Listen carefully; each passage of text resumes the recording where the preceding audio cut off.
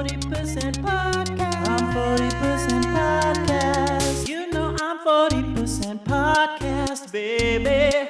You know I'm 40% podcast. You know I'm 40% podcast, baby. I'm only 40%. Go. 40% podcast. I'm 40% podcast. Hello, everyone. I'm Jinkx Monsoon, joined by my co-host, as always, Nick Sahoya. Hello, Nick. Hello, great to be here, Mom. And welcome to a brand new episode of I'm 40% Podcast. Today, we will be reviewing Futurama Season 2, Episode 7, and our special guest is none other than the, what is it? Kawaii cutie? Should I say that? Is that like hip? Is that with the kids? Just that slap? Kooky and spooky, pixelated, demonic pixelated, glitch. kawaii cutie from Dragula fame. It's Erika Klash. Hello, Erika. Hi, Jinxie. Hi, Nick. How are we today? Hello, Erika. So excited that you're here. Me too. Mom, I should tell you that saying kawaii cutie means cute cutie. Right. Cool. Cutie. I'm glad. Yes. I'm glad. I'm happy that I knew a word. Nick, you've got your tits out for the camera today. Erika's wearing a lovely little like Easter parade outfit. Yes. And I am dressed as Steve Jobs. So let's get this episode underway. How did we find it, children?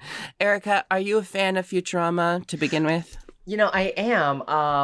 Way back a few years ago, my ex and I, we had a huge binge watch moment of Futurama.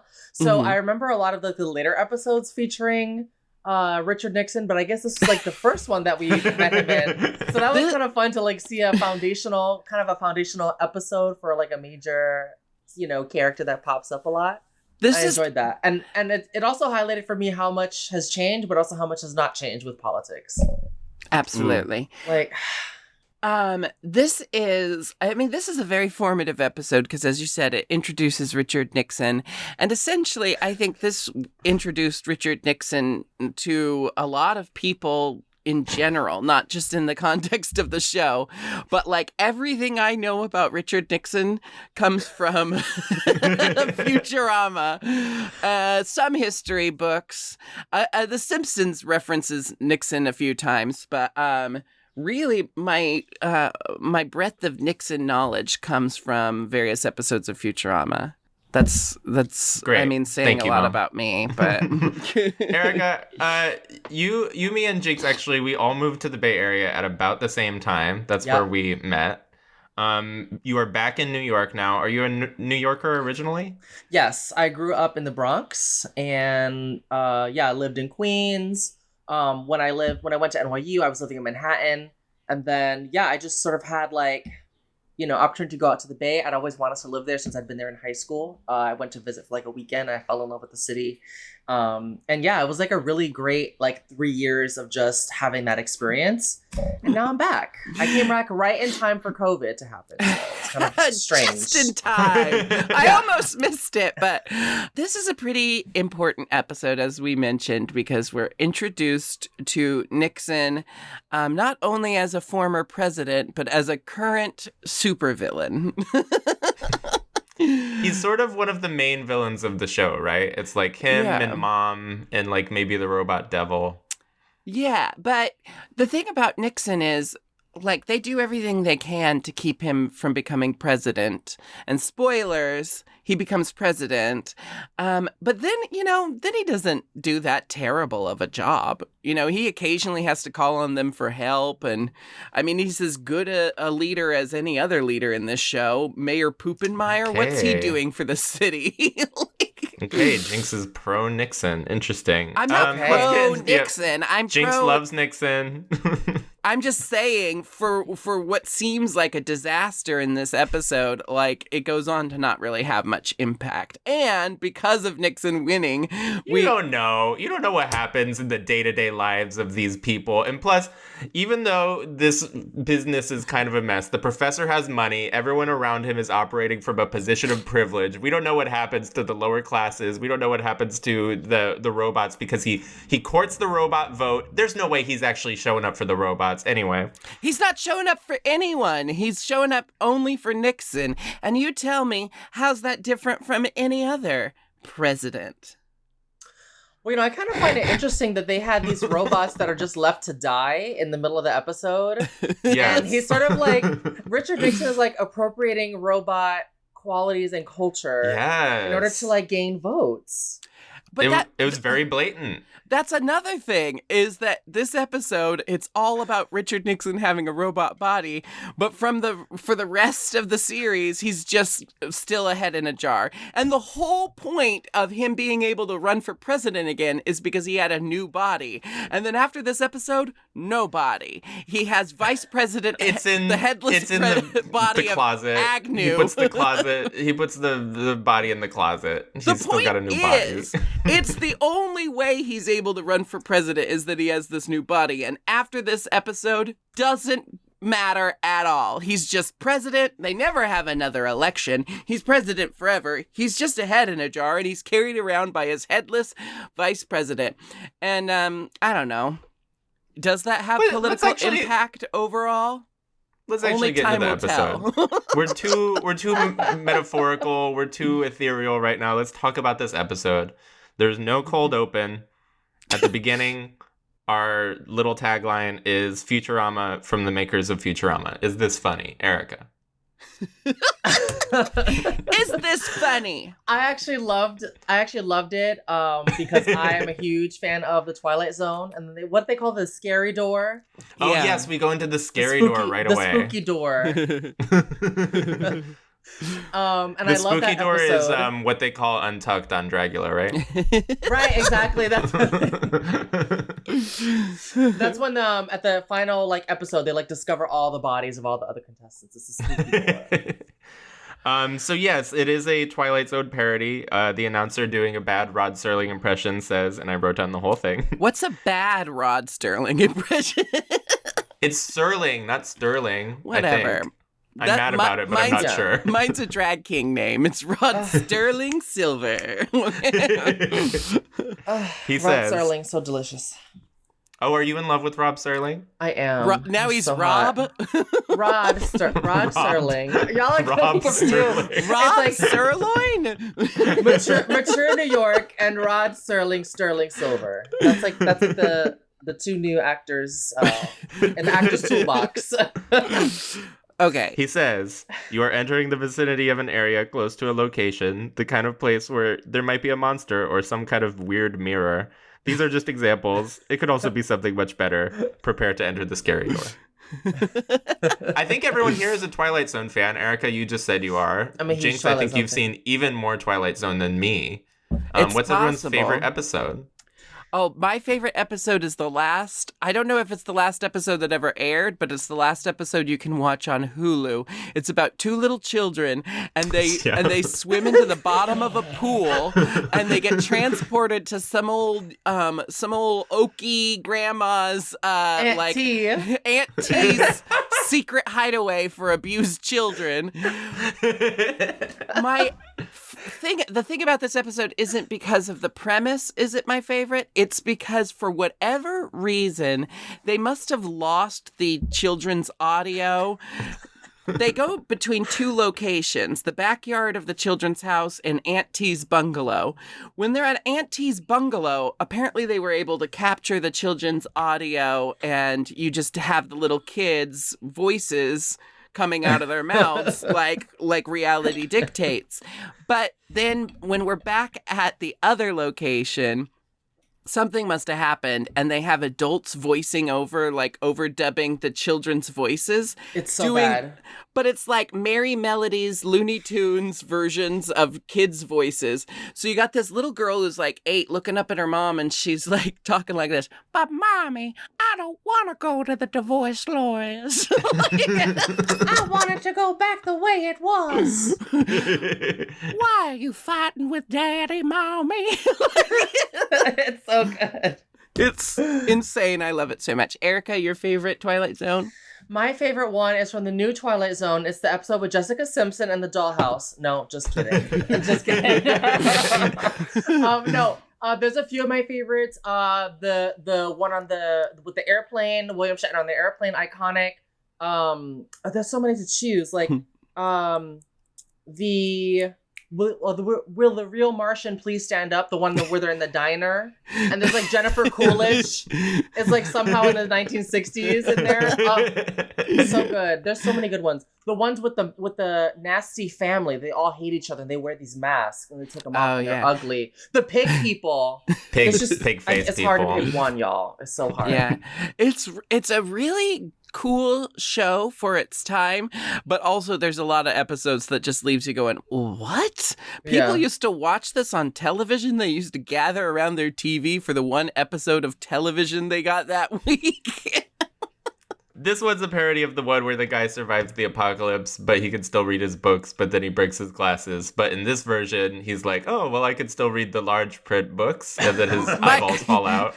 My eyesight's not that bad. It's like also the idea that if someone broke their glasses, they wouldn't be able to ever read. Like, you can hold a book up this close. My aunt is legally blind, and she still reads, so... You know what, Twilight Zone, think a little harder. I mean, Jinkx, you did it first with little Edie with the magnifying. Like, she figured it out. Oh, yeah. She'll find one. You can live in a decrepit mansion with no access to the outside world and still read a goddamn book. But the spooky door takes it like 4 steps further, because first his eyes fall out, and then his hands fall off, and then his head falls off, just really driving home the point that he's not going to be able to read a damned book. It is called the scary door, but I insist we only call it the spooky door from now on. Copyright Leela reasons. enters the room. Yeah, for copyright. Leela enters the room. She says, there's a political debate on. Quick, change the channel. And then Bender says, that's what Fry said when we turned on the debate. Leela changes it, and we see the 2 presidential candidates are John Jackson and Jack Johnson, and they are identical clones of each other. And I really yearn for clones, a time. not your fraternal clones that we're more used to. I yearn for a time where this political satire was salient and accurate towards the political system. And that's all I have to say about that. Well, our last election, the candidates weren't clones, but I mean, like, they were both 80.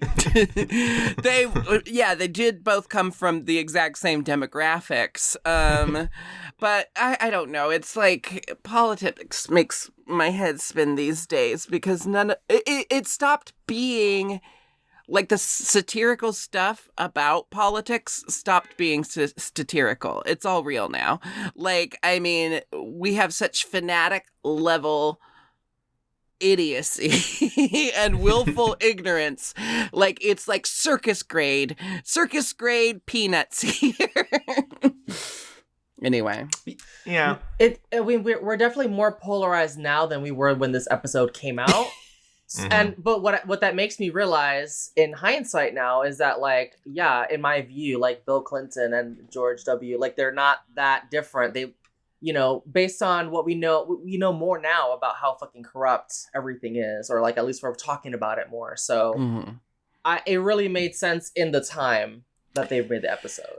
Yeah, and you know, there were definitely times where it's just been like one candidate over the other just feels like a lateral move on either side of the party line. You know, like we're only like taking a step this way.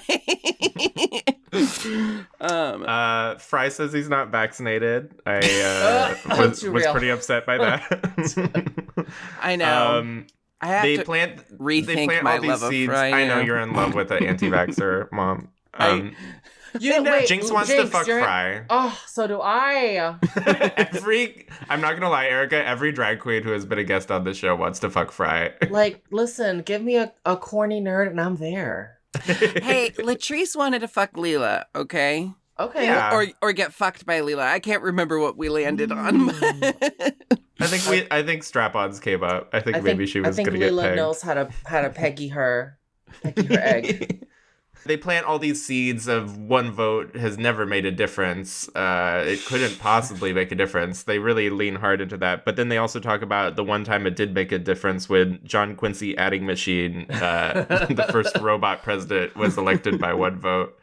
And he pledged not to go on a killing spree, but like most politicians, he promised more than he could deliver. It feels like there's been a few supervillain presidents, okay? Because we know that we'll learn at some point that Mount Rushmore has been updated to include the likeness of some mad scientist who won. Was he a governor presidency. or like a mayor? He had to. He have wasn't been even a president. I No, don't he know. wasn't. He was a governor, I think. The point is, there are supervillains finding their way into places of power in the future.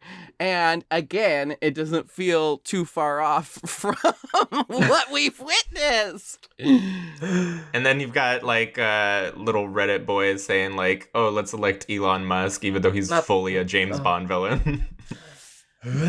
I remember the 5 minutes when I thought Elon Musk was cool. Like that lasted for about 5 minutes, and it was just because of the goddamn Simpsons episode about him, and I had never heard about him before. Propaganda, corporate propaganda. I had never heard about that him SNL before. episode that he hosted, corporate propaganda. It should be expunged from the record.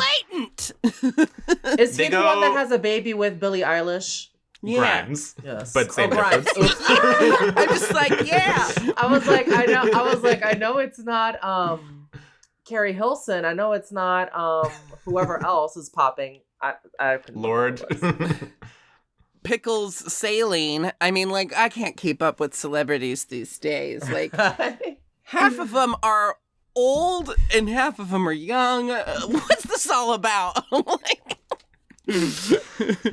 They go to a voter registration thing. I don't really get what it is. It's a big room full of political jokes. It's a voter registration, but at voter registrations, that's when like political parties try to get you to vote for their agenda, you know. So they're all kind of courting Fry's the one there getting registered, but they're all trying to get people to come to their parties. You got the brain slug party, you got the hemp party. My favorite part is when Amy's asking like legitimate questions about the usefulness of hemp, and the spokesperson is like, Dave's not here, man. And then she says, I hear hemp can make great shampoo.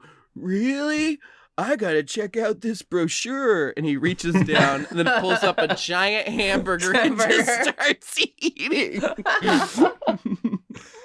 The professor goes the professor goes to the National Ray Gun Association booth, and I don't like these characters the more I learn about their politics. There's a joke about using weapons-grade anthrax for hunting deer. Today you stop the mad scientist from getting his weapons. Tomorrow it's the mad grad student. When will it end? The mad grad student. Okay, wasn't go there on. a joke about a waiting period also? Like 3 days? Yeah, reducing the waiting period. To get a doomsday device? Yeah. That's one of the things I love about the show is that it's so wacky and yet it's so on point with like real shit. Yeah. And it's supposed to be set in the future, so it's like, it kind of gives the writers a free pass to be like, oh, we're not talking about you right now. Yeah, it's the classic sort of, we're gonna talk about something completely different, and yet it's gonna subconsciously slide through. And it's funny because people talk about how The Simpsons keeps predicting the future or whatever. And I saw a tweet one time that was like, The Simpsons isn't predicting the future. America just hasn't solved any problems in the last 30 years. So this is kind of taking that to the extreme of like, yeah, 1,000 years in the future, we're still going to be dealing with Richard Nixon. You know? We're still dealing with Richard Nixon.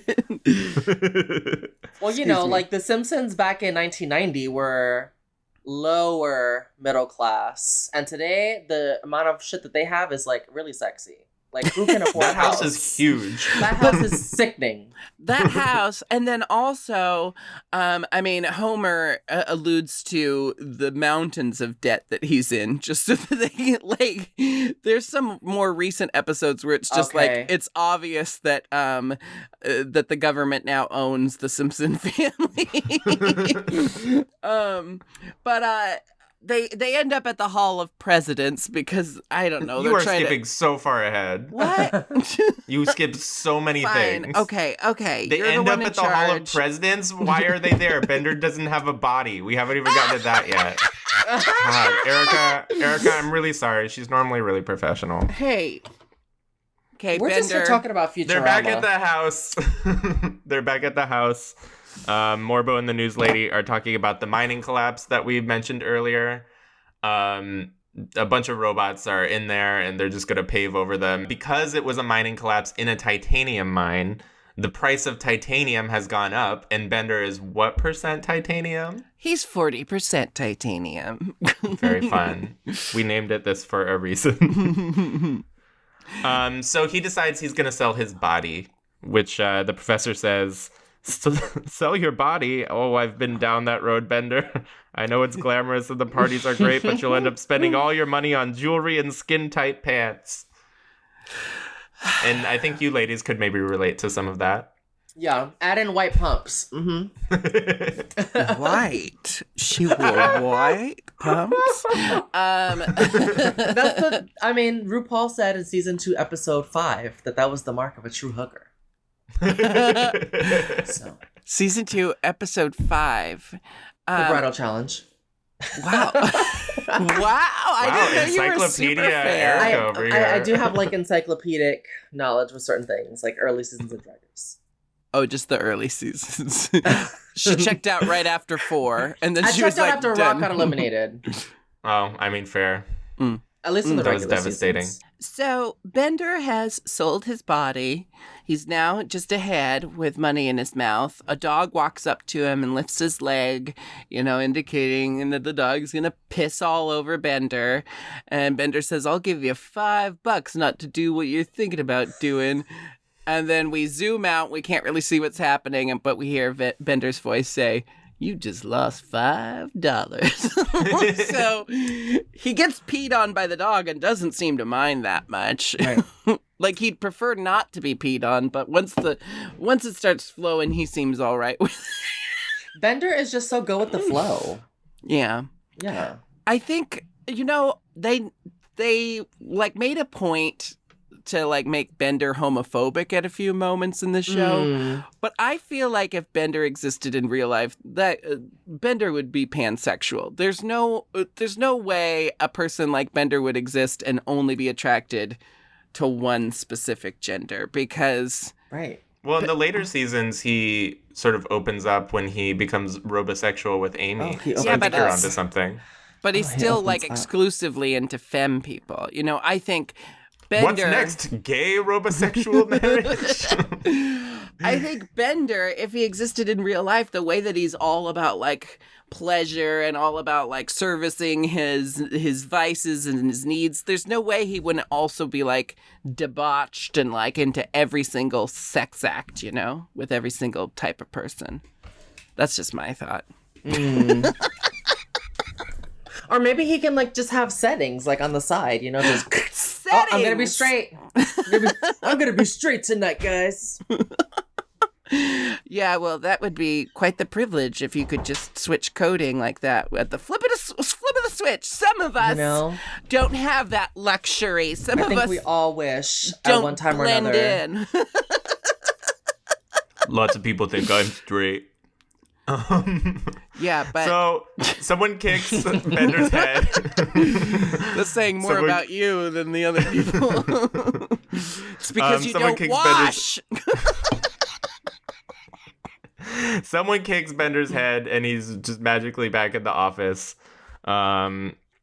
He is adjusting to life as being a head, but he's very rich, so he's doing rich head things. He's like at a country club, and someone shakes a martini in him. He goes to a casino, and he's the roulette ball or something. And so he's able to rig it. Yeah, and then he also... I don't know what this had to do with anything. They go bowling and his head is the bowling ball. Why is that fun for Bender? He's rich. Why is this fun for him? He can do anything. We're just seeing things that he can do now that he doesn't have a body. And you were right. I tried to skip a lot by ending up in the Head Museum because I was more interested in the Nixon plot line than the Bender plot line. But we end up in the Head Museum because Bender thinks, first he's a car. First he's in a car. A car. His head is in a little car and it's really cute. And he's chasing Nibbler around. Why are we skipping over so much gold? Because Jinkx? we still have a lot to talk about, and I feel I don't want to talk about Nixon. He's depressing. we could. It's kind of like the car is kind of giving me like in the original Mario Party slot car derby. We see Mario's head like super huge on top of the engine, basically. Mm-hmm. Slot car derby. I don't. Oh, she's Mario shady. Party. Slot car dirty. Yeah, she's shady. Mario Party. Okay. Yeah. Whatever. Let's move to Mario Party and play. No. Can you imagine that? Just like a. What if you went over someone's house for PNP and it was just Mario Party? Oh my gosh. And people are just like having full blown conversations while they are fucking each other and playing Mario Party. And jerking off with their feet. That's the thing about sex parties. Like whenever you see footage of sex parties, it's like two people are having sex and then like two other people are having a conversation about like political climate. Like, you know, two other people are talking about what food they're going to order for after all the sex. There's always some random full-blown conversation happening in the same room. But this has nothing to do with Futurama. We end up in the Head Museum because Bender wants to hang out with sophisticated, classy heads like himself. And that leads us to the Hall of Presidents. Well, there's a bunch of models first. Oh yeah, I don't care Claudia about Schiffer. Claudia Schiffer's head. Why don't you care about Claudia Schiffer? You care about these white men. You love still white, so much episode. white men. And the episode is power. primarily about the voting process. I'm trying to remember what Claudia Schiffer looks like. Oh, I see. She looks like... I actually couldn't... Oh, yes, I remember this person. I seem it... I'm like, I remember her from the 90s. I feel like it's actually her voice, right? Like, yes, it seemed like it. Which makes it that much more jarring when Bill Clinton is an obvious voice actor. Because it goes from like Claudia Schiffer talking very naturally and then Bill Clinton going, "Hey there, little lady." I can't do Bill Clinton. We're in the Hall of Presidents. There's a bunch of jokes about fucking presidents. Which one was your favorite, Mom? My two favorite jokes in here is Gerald Ford saying, "I never found voting to be that crucial to the election process." Do you actually know what that means? I have context clues. I'm looking it up real quick right now.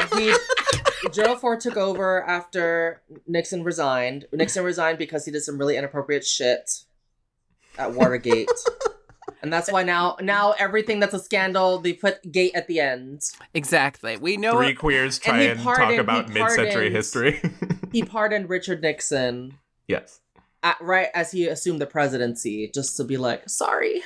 Okay, so thanks for being available. Thank you, Erika, for giving us real-world context so that we're not just sitting here hypothesizing wildly. But what I want to say is, admittedly, until Barack Obama ran for president, I wasn't really invested in politics, and that's when my political brain got switched on and has been on ever since. But I've never went, okay, I'm going to learn about everything from before, because that's over and done with. Right. I'm plugged into the here and the now. And also, I really thought I was going to get that right. I thought context clues, I knew, anyway. Okay. I also interpreted it as I feel like a lot of politicians wish that they could not just do away with the voting, because a lot of it is the performance of it anyway. The voting, don't even get me started. They just think tank the fuck out of everything. I won a high school election by doing a tap dance, not because I was the best person for the job. I beat my friend Emily, and she totally should have won that. What position were you elected to? I think I was publicity manager or publicity head. Okay, I don't Samantha. know. My job, my job ended up being getting the word out when there was an announcement or an event. I wasn't good at the job. I would make 2 posters and call it good. And gossip. I'd be like, did you hear? I did a lot of organic publicity. Right. On the ground. Viral guerrilla marketing. My favorite president joke was George Washington asked Bender why he sold his body. And Washington says, fuck, I'm mixing it up. Bender says, the same reason you sold your teeth. Yes. Booze money.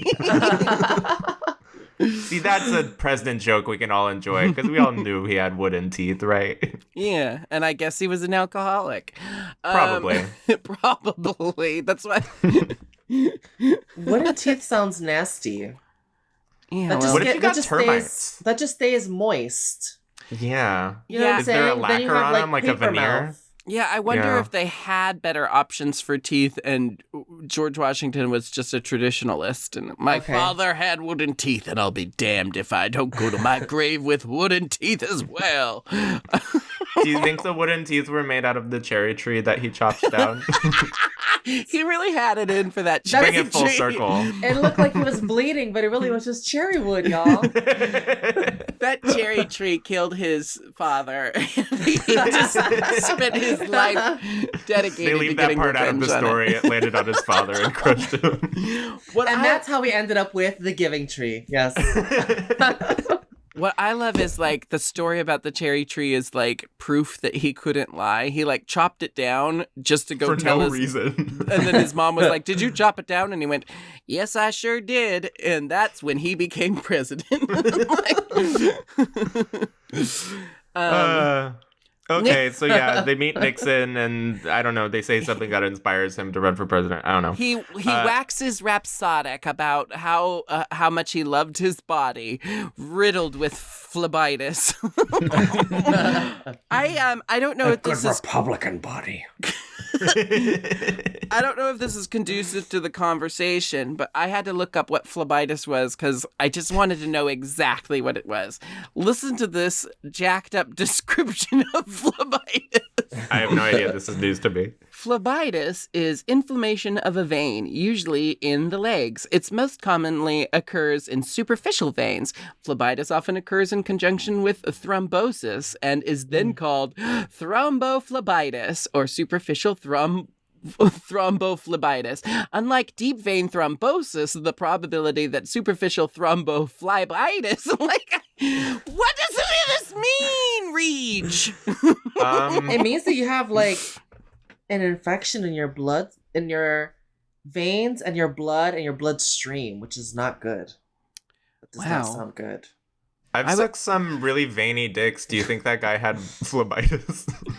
I just want to point out that Erika keeps telling us exactly what things mean and what they are, and I don't want to say Dracula girls are more learned. We have to listen. We train the final girls, okay?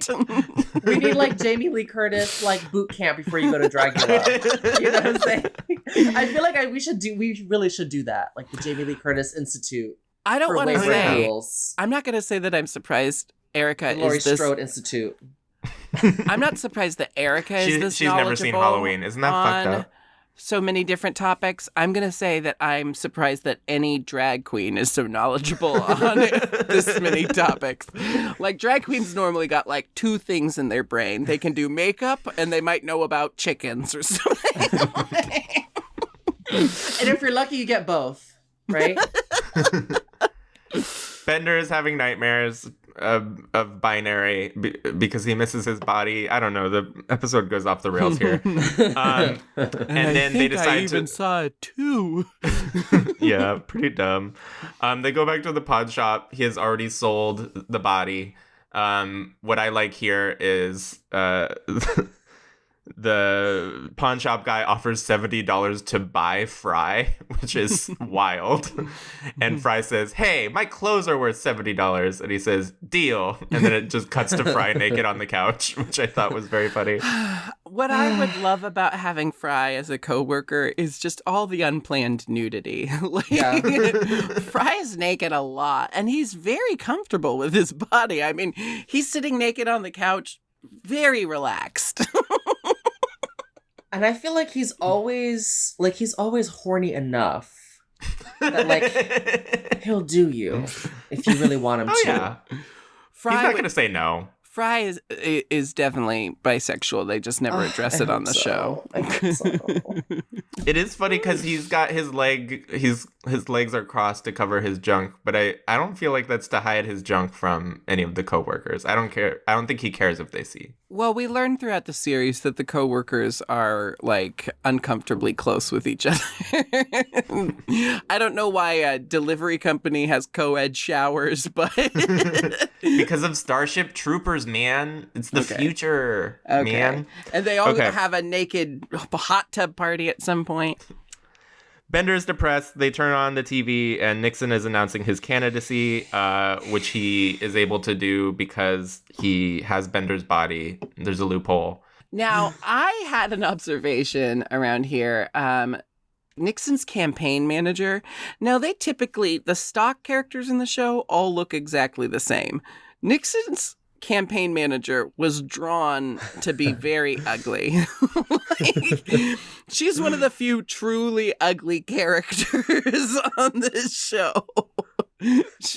How would you describe her look, Jinkx? She looks kind of like she's kind of haggard. If a pig father impregnated a human mother. And that's some kind of horrifying hybrid baby. So it kind of comes back around to the spooky door. Yes. It's like a spooky door episode. The pig doctors. Yeah. The pig doctors.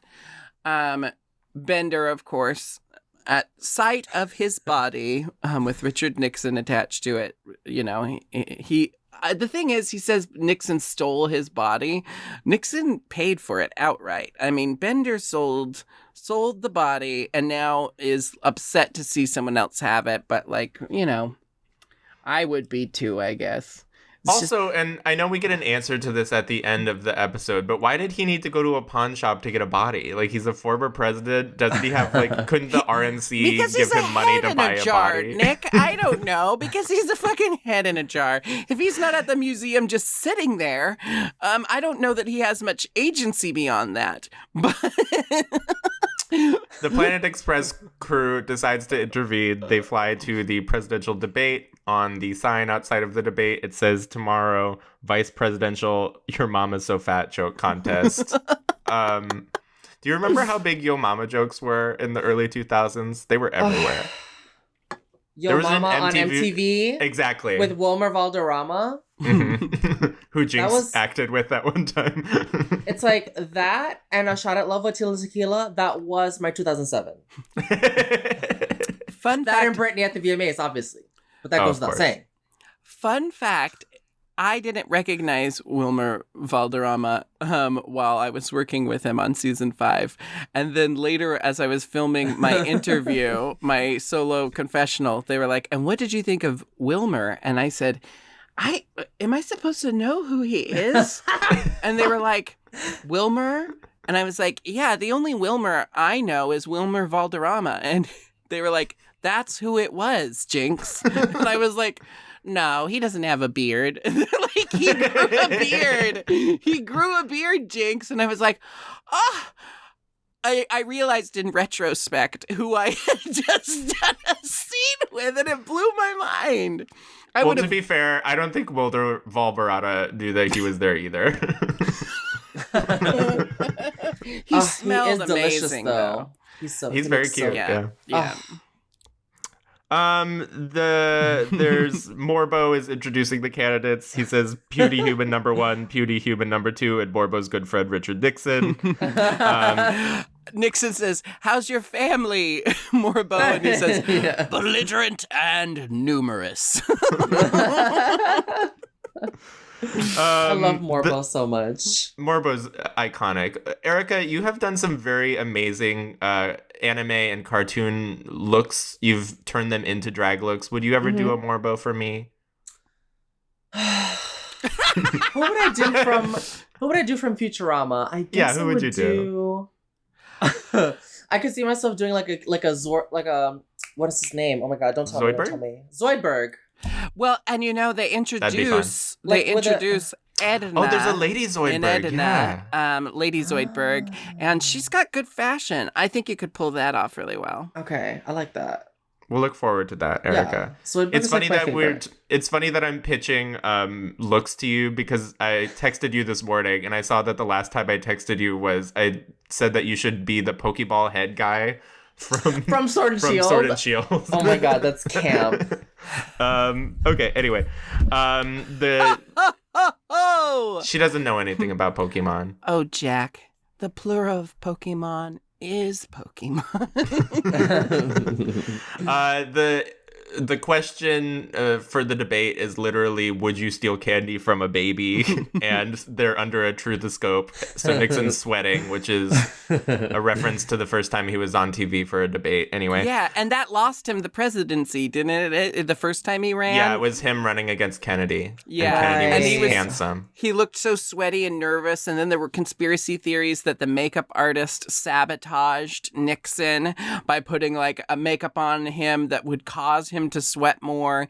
It was like this whole thing, like, oh my God, almost as if Republicans were sore losers and wanted to find any way to illegitimize the voting and the election process. Back in when was that? 60s? Right. 60s into the 70s, yeah. Yeah. Well, look at you knowing dates. I do know some things. I know some things. I know the things that interest me. Makeup conspiracies. They are backstage. The campaign manager, the ugly bitch that Jinkx was calling out for being an ugly bitch. I never called her a bitch. I called her ugly. I'm paraphrasing, but I feel like that was the gist of what you said. I try not to call women bitches. I just call little shitheads like you bitch, because you're my bitch. Okay. They are listening to him. They're like hiding in a trunk. I don't understand what's going on in this episode. This episode is insane, actually. They're listening to him. Apparently everyone loves him because of his shiny robot body, even though he did horrible in the debates. And that is also very prescient and current to our times, that someone could like be sniffing cocaine nose for an entire debate, cutting off Hillary Clinton over and over, and people are like, yeah, he did a pretty good job. Yeah, fuck everyone. But I do love the campaign manager's line. Your head says blah, blah, blah, but your body says, look at my shiny new body. She's got a lot of sass for an objectively ugly person. Jinkx hates this girl. Jinkx thinks that she's ugly and she should die. She decided to help Nixon become president. She's like the Kellyanne Conway of this episode. Type, yeah. That's the kind of ugly that starts off inside and then just starts manifesting on the outside. You know, pushes its way out through her pores. Yeah, like hate really does age you. It's also a cartoon. Yeah. Nixon is confronted by the Planet Express trio. They are begging for the body back. He says, I would never sell my body. I would sooner give up my beautiful dog, Checkers. The dog barks. And he says, shut up, Checkers! And the dog is just a head in a jar also, which I found funny. How's he going to lift it by the ears? Is that what happened? Was that Nixon? I don't know, Mom. Someone lifted a basset hound by the ears. It was an outrage. That would hurt the dog, yeah. Yeah. That's not good. Fry says, I please, didn't mean Mr. to Nixon. shrug away that it was an outrage. I mean, animal abuse is never a wave away thing. So they decide they are going to break into Nixon's hotel room. He's staying at the Watergate because they give you a discount if you've been there before. As long as we're doing historical pop quizzes on Jinkx, what do you think happened at the Watergate? What do you think went down there? What I know is that Richard admitted... Richard? We're on a first. My good friend Richard.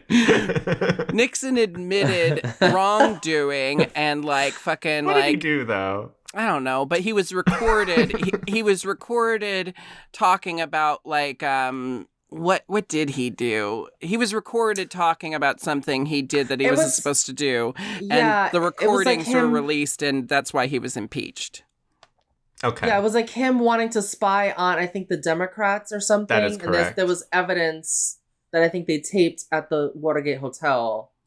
I was pointed to it. I was gonna say they were breaking into the Watergate to steal the DNC's stuff. And as we know from the movie Forrest Gump was the one who called because he saw flashlights in there.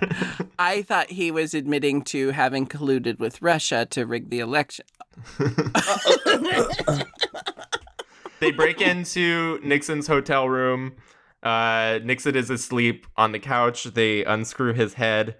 They're about to get away with it, but Fry turns on the massage bed, which has magic tentacles, and it wakes up Nixon. And it's thought activated. I thought he had to put a coin in. No, he didn't. It says magic tentacles, and he goes, and then it pans down and it says thought activated, and then the tentacles come out and just start brutalizing Fry, which begs the question, what use are these magical tentacles? Who is wanting that to happen? And the bed folds up like this, so it's not like it's intentionally supposed to be horrible for the person on the bed. And I ask, why? But then it makes more sense why Nixon's passed out on the couch instead of sleeping in the bed. Erika, you're the biggest anime fan here. How do you feel about tentacles? Well, we did have to do the tentacle. We had to eat I think it was octopus or squid tentacles for that eating thing. And I hate seafood. I do not eat seafood at all. Did they have the little suckers on them? That would They gross had me the out. little suckers, and it was still, the nerves were still moving. Oh, gross. And the chewy, not being able to swallow it super easily was not fun. But do you have a monster tentacle dildo is what Nick was getting at. I wish, but I would really like to do some sort of squid look. With ink and everything. It's been marinating in my brain for a couple months. Lady Cthulhu? Yeah, like Kawaii Thulu. Oh, there we go. I love it. And she has her little wings on the back, but she's very and a tiny little backpack between them. Yeah. I'm gonna do super cutesy. I think it would be. She's gonna bring the destruction of mankind with stickers. Yeah, eldritch horror. And sparkles I'm an and accessories. Whore. Eldritch horror and over accessorizing. They get him on tape saying that when he's elected, he's going to sell children's organs and go into people's houses at night and wreck up the place. And they get it on tape. I was bad before? Well, years of being a head in a jar have made me bitter and resentful and crazy. They blackmail him into returning Bender's body. Nixon, the next day, they're watching the returns. Nixon is way behind until the robots turn out to vote. Evil underdog Nixon trails. Evil underdog. Turns out he got a huge new robot body, which surprises Leela and Fry and Bender, but it's How did the robots know about it?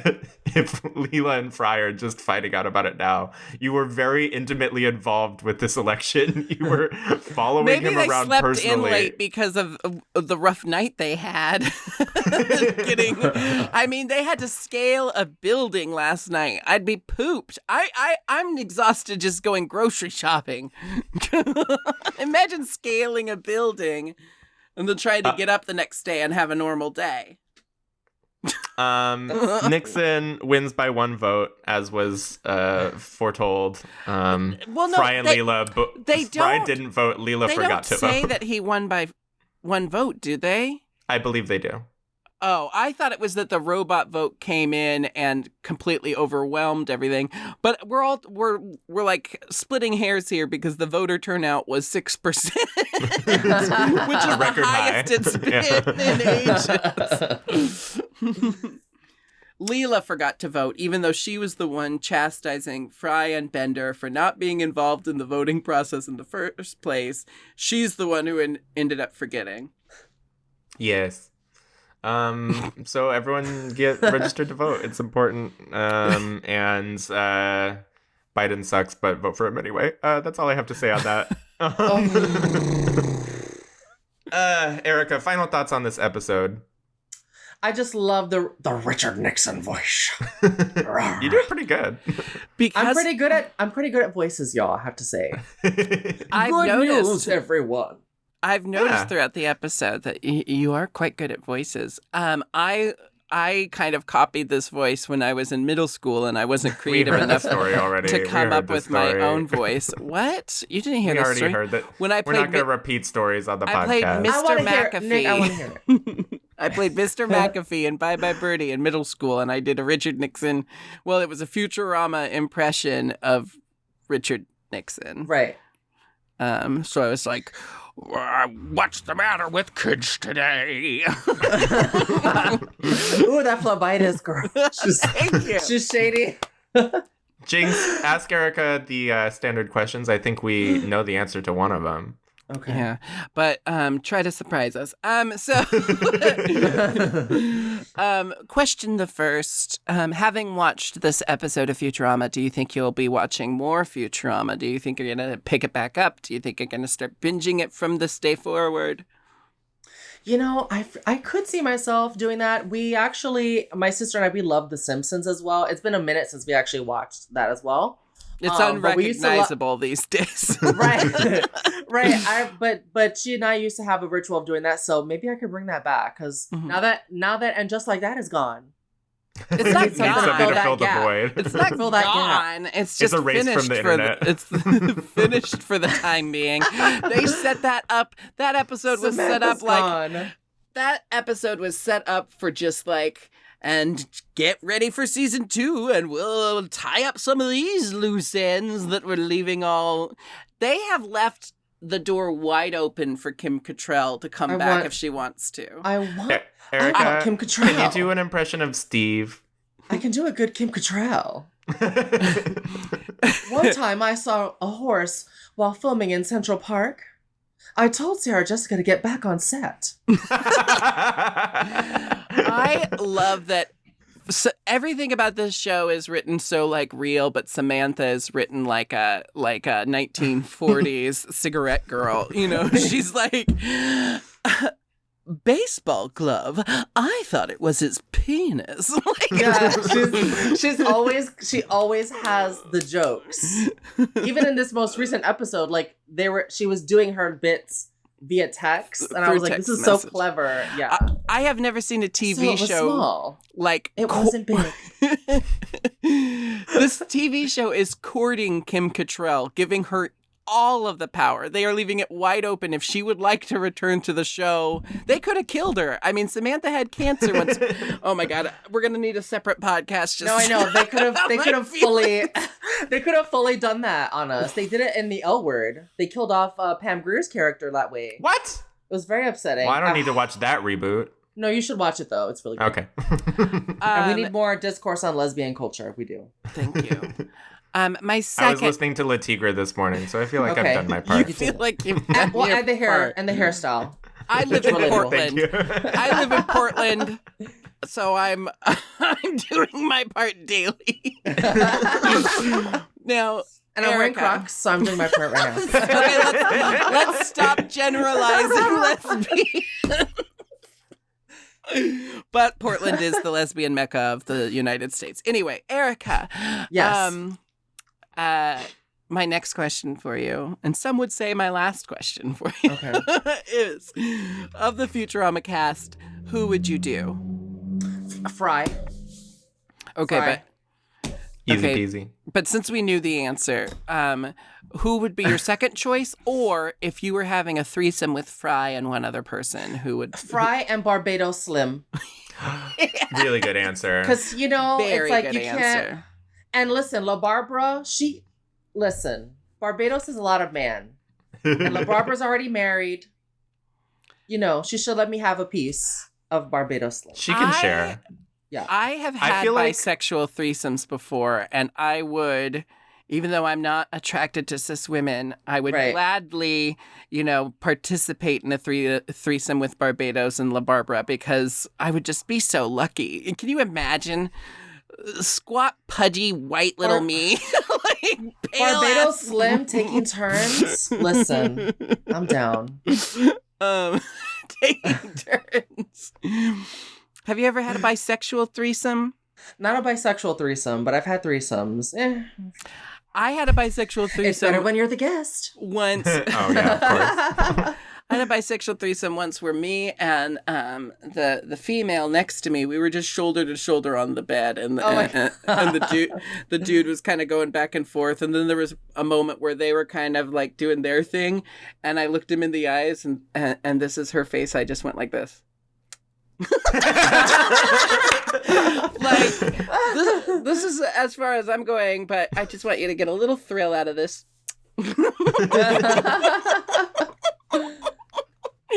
Well, Erika, you've been a fantastic guest. This has been a fantastic episode.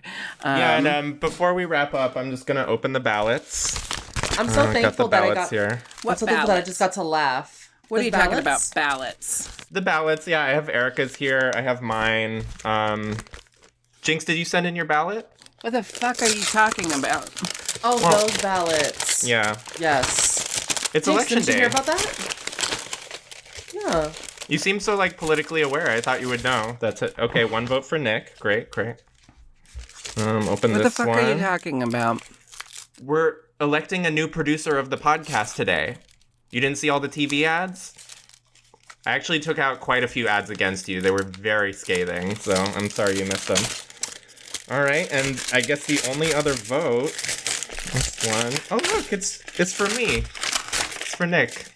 Okay, so I'm the new producer. I'm producer once again. All is right in the world. I'm the producer of the podcast again. Erika, thank you for your vote. I know it was Yeah, a secret ballot, congrats. but I hope you don't mind me. Hello? Hello, I am the producer of this podcast. Start my video again. Erika, thank you yes. so much for joining us today.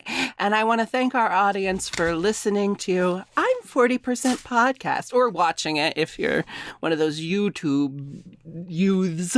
We'll be back next Monday with a brand new episode of I'm 40% Podcast, where we'll be discussing Futurama Season 2, Episode 8. Yeah. This one was Yeah. 7. You going in order? Thank you, Erika. I'm so happy to have you as my new co-host. Have a wonderful day, everybody. And thank you for putting Nick's head in a jar. Oh, thank you. Know, You know, it was a public service kind of thing. sometimes Christmas comes late. Anyway, Have a wonderful rest of your day, and thank you for joining us. thank you, Jinx. Love you. Love you too.